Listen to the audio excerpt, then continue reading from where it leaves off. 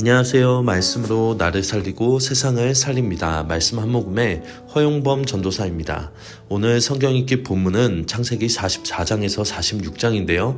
그 중에서 창세기 44장 1절에서 13절의 말씀 중에 1절에서 2절의 말씀을 읽고 함께 묵상하도록 하겠습니다.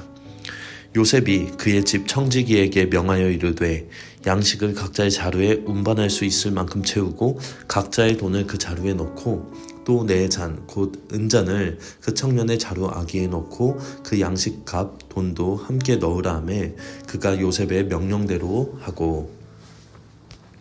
오늘 본문에서는 요셉이 형제들을 다시 얽매이는 이야기처럼 보이지만 실상은 그들의 과거와 현재를 정면으로 마주하게 하는 하나님의 깊은 다루심이 담긴 장면입니다. 요셉은 곡식과 돈을 자루에 채워 보내면서 막내 베냐민의 자루에 은잔을 숨기게 하는데 이는 형제들을 넘어뜨리기 위한 함정이 아니라 그들이 여전히 약한 자를 희생시키며 이기적으로 자신만을 지키는 사람들인지 아니면 책임을 감당할 줄 아는 하나님을 기억하는 사람들로 변화되었는지에 대한 중심을 보기 위한 시험이었습니다. 우선 요셉이 여러 방법들 중에서 이 은잔을 통해 시험을 했던 이유는 도덕적 선택을 드러내는 도구였기 때문입니다. 이 은잔은 당시 권력을 상징했다고 합니다. 그렇기 때문에 총리의 잔으로 쓰이고 점을 치는 도구로도 쓰이는 물건이었다고 합니다.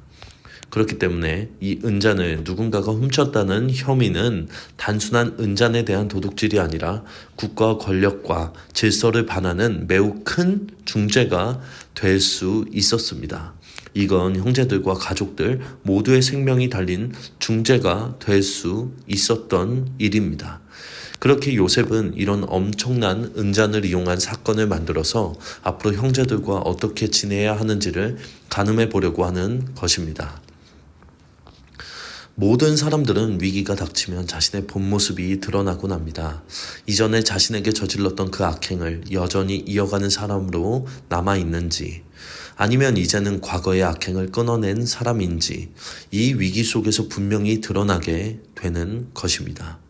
하나님께서도 우리에게 각자의 삶 속에서 불시험을 허락하시는 이유는 이와 비슷하다고 생각합니다. 우리를 멸망시키고자 함이 아니라 삶의 위기 속에서 나오는 나의 모습이 결국 더욱 하나님만을 향하도록 만들기 위하여 불시험을 허락하신다고 생각합니다. 우리를 언제나 사랑으로 인도하시는 하나님을 신뢰하심으로 모든 상황 속에서 하나님만을 바라보시는 모든 요셉 청년분들이 되시길 바라겠습니다. 그렇게 은잔이 베냐민에게서 발견되었지만 과거와 현재는 확연히 달랐습니다. 그들도 요셉과 떨어져 있던 각자의 상황 속에서 하나님의 다룸을 깊이 받았었기 때문입니다. 형제들은 은잔이 발견되자 각자 살 길을 찾아 도망가지 않고 모두 옷을 찢으며 함께 슬퍼하고 도망칠 수 있는 여지가 있음에도 발을 뺄 수 있는 여지가 있음에도 불구하고 한 사람도 빠짐없이 성으로 되돌아갑니다. 이 반응은 그들이 더 이상 관계를 희생시켜 위기를 모면하려는 사람들이 아님을 보여주며 죄의 고리를 끊기 시작했음을 보여주고 있는 장면입니다. 하나님은 때때로 우리 삶에도 설명할 수 없는 억울한 상황과 불리한 조건들을 허락하시고는 하는데 그것은 우리를 무너뜨리기 위함이 아니라 우리가 하나님 앞에 정직함으로 하나님께서 영광 받으시기 위함일 수 있음을 기억해야 할 것입니다. 그렇게 요셉의 시험은 그들 안에 남아있던 죄의 패턴을 끄집어내어 직면하게 하는 하나님의 섭리적 도구처럼 작동합니다.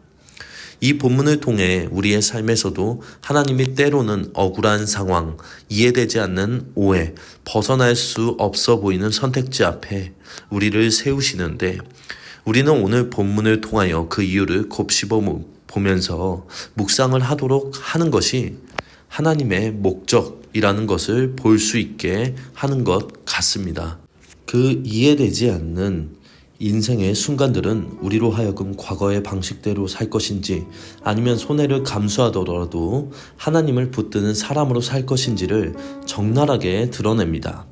우리의 현재 신앙의 위치를 보게 할 것입니다.